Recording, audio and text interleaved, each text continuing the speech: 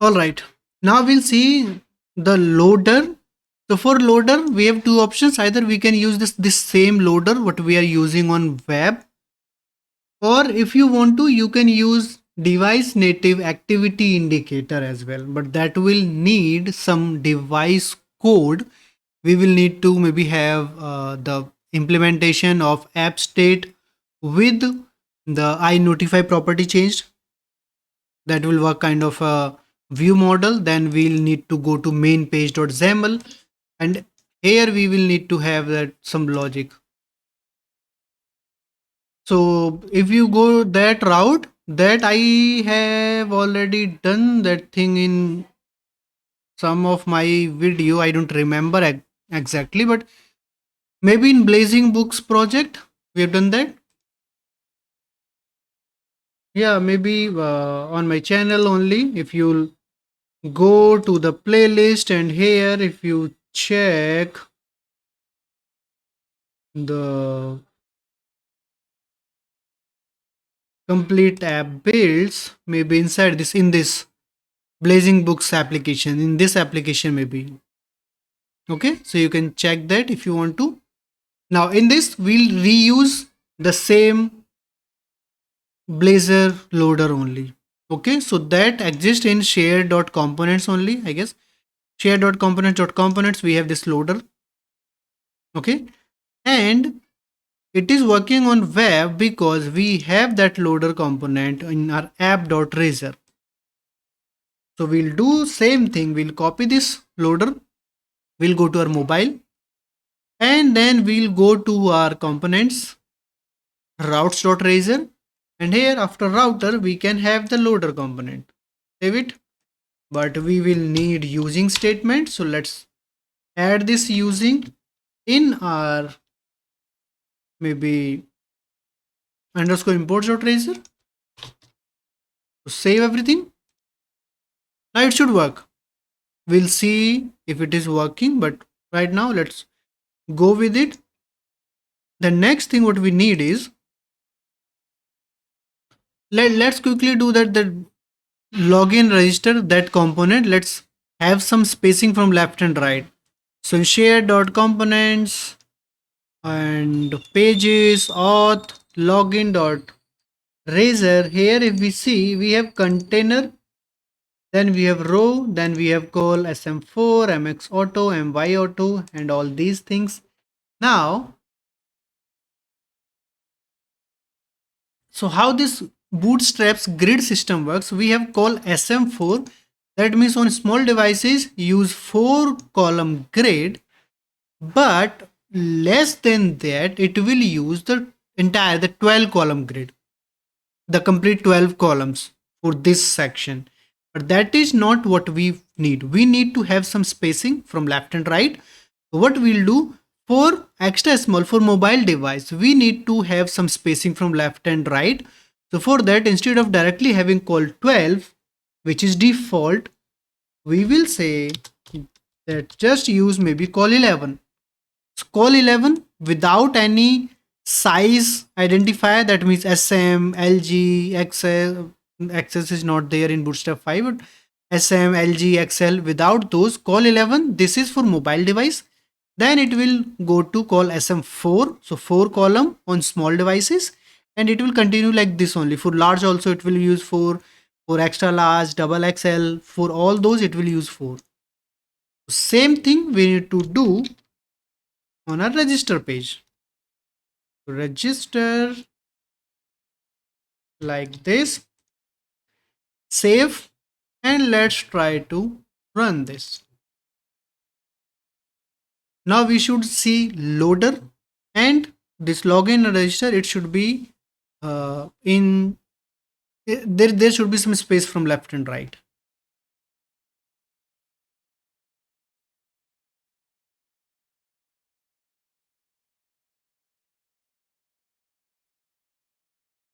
Loading. We are here. Let's go to login page. It came back because we have that condition on login page. If user is already logged in, we redirect back to the home page. So we need to have that logout logic, or for now we can simply try to comment this condition for now, this redirection on login and register to quickly check. Save everything. Let's restart to check the loader and the spacing. We'll uncomment this.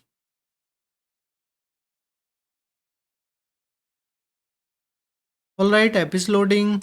Let's go to login page. So now we have this spacing from left and right.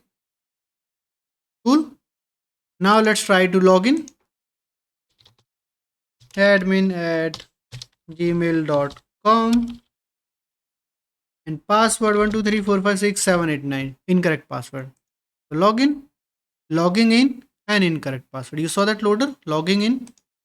So we can see the loader. Loader is coming up. Then if we add the correct password 123456 and if we log in, then it will simply log in. Now the font is not correct in this. We need to work on font as well. So for this, what we'll do, we'll revert these, but for now let's fix the font first. So if we go to web project, we have www root. Here we have index.html, where we have these links, where we are getting the Poppins font family. So what we'll do, we'll simply copy these three calls. We'll go to our mobile project. There we have www root folder. We have index.html similar. And here we'll have the same thing. Now after this will just load the fonts. Then in web, we had the CSS app.css. Here we were setting this font family and this background color. So these things, we need the same thing, the similar thing in our mobile version as well. So for this, what we can do, instead of copying it at two different places, we can have this centralized. And the centralized place related to HTML, CSS, etc. is our share.components folder. Here we have www root folder. So here we can have a common CSS. So we simply going to create a file here. We can say common.css. Then we can cut these two things, HTML body, this font family, and these colors. Cut, paste it in here in common.css, save everything. Now we need to use this common.css in both our web project and in our mobile project.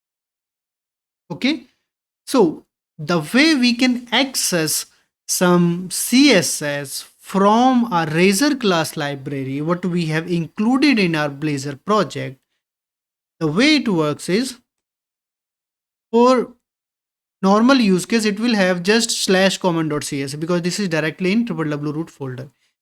But if you go to the web, the other Blazor project where we are referencing this common.css, the way it will work here, we will have this link, relation same style sheet.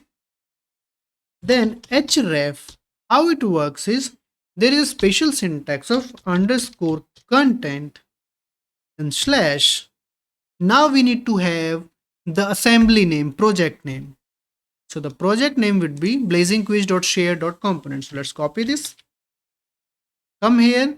So after underscore content slash this and then slash. Now we are here. And from here we can access this common.css directly. Common.css. Save it.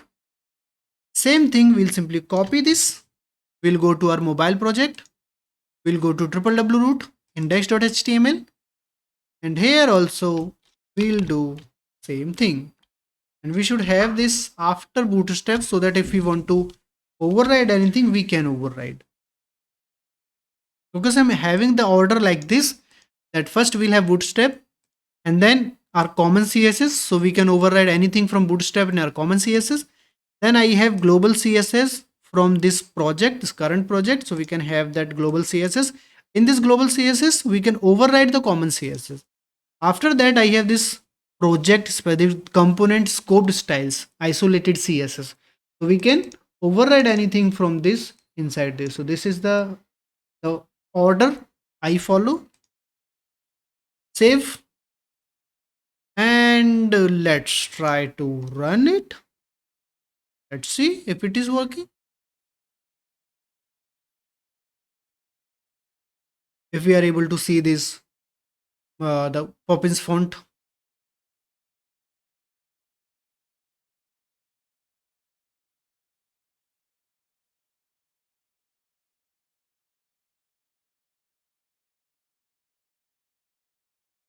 Loading, and font family is different. Yes, we can see that is working.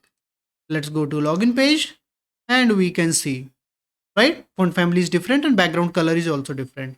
So that means that CSS got applied, common CSS. Cool. All right, now we have done a lot of changes. Let's check if everything is still working on web side.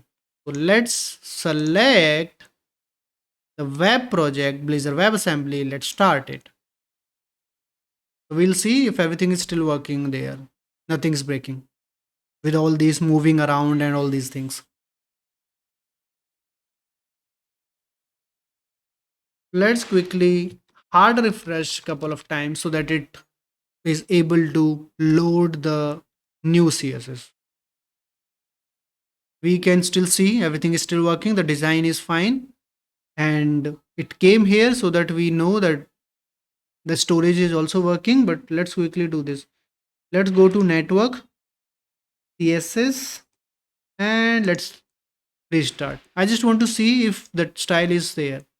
Network, and we can see bootstrap and common.css, which is fine. We are able to load it. That means it is working. We are good with this. If we go to application, there is nothing in local storage. If we logging in, we can see those loaders and all. And now we can see the data in this local storage. Let's try to refresh it. This time it should not go to login page, and it didn't go to login page. That means the storage service is also working, quiz auth state provider is working, font family etc are working, and login register functionality is working. So whatever we changed, whatever we adapt to use in both of the projects, everything is working. Cool, stop it. Now we are good. Now after login and register, now we should work on the layout of our mobile view, our mobile project, right? So our mobile app, this is going to be used by students only. We are not having admin panel in here. Okay, so let's see what options we will have in our mobile app.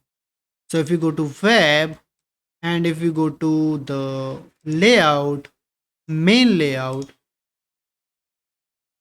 or nav menu, not main layout, here if we see admin context, we don't need this, but for student we need these options. So home and my quizzes, and then log out, just these three options, right? And then we will have quiz page layout as well for quiz page, of course. So for that also will work, but we need to have one layout which will have these two or these three options. So now it's up to us how we want to implement it. So first thing, let's do this. We'll use these three things. Go to mobile, and in mobile we have components, we have layout, we have main layout. So in main layout we have things like this. We don't need this top about section, so let's remove this thing first. Then we have this nav menu. If you go to nav menu, inside nav menu we have a lot of things. We don't need all these, we just need three things, which we'll add from here, from our nav menu of web. Let's have these things. And what happened? Current home, nav link, div, and nav. And where is nav? Oh,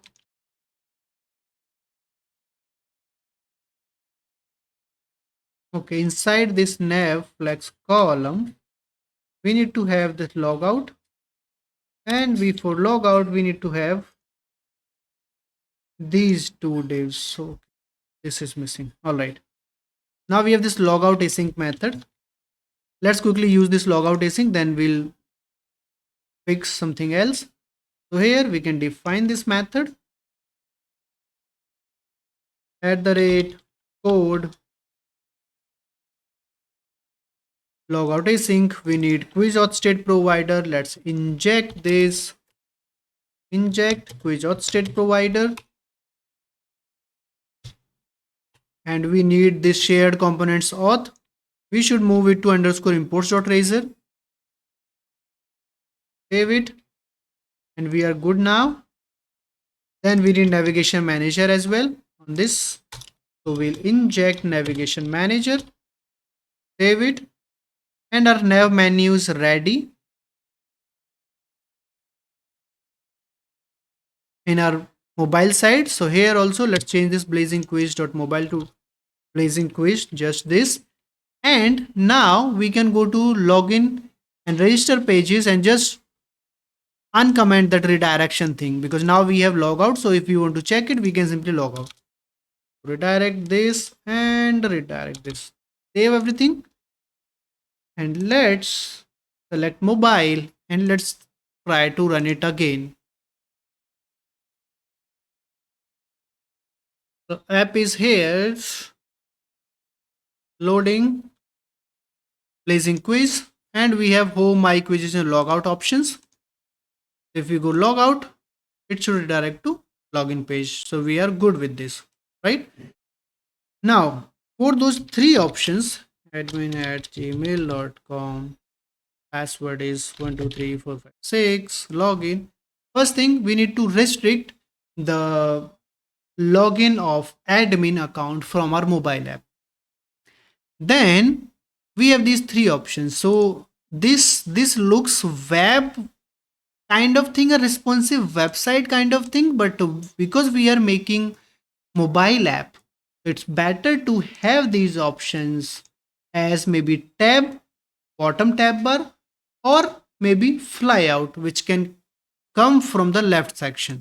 Okay, so for this we are not going to use device, that shell or tab bar or all those, but we'll try to build these custom tab bar or left, uh, that flyout. So maybe we have already built tab bars in multiple projects. What we should do, we should try to implement that flyout menu in this project. Okay, let's try to implement that next. So we'll have flyout menu, and there we are going to have these three options. So it will look more like a mobile app. All right, that will work next.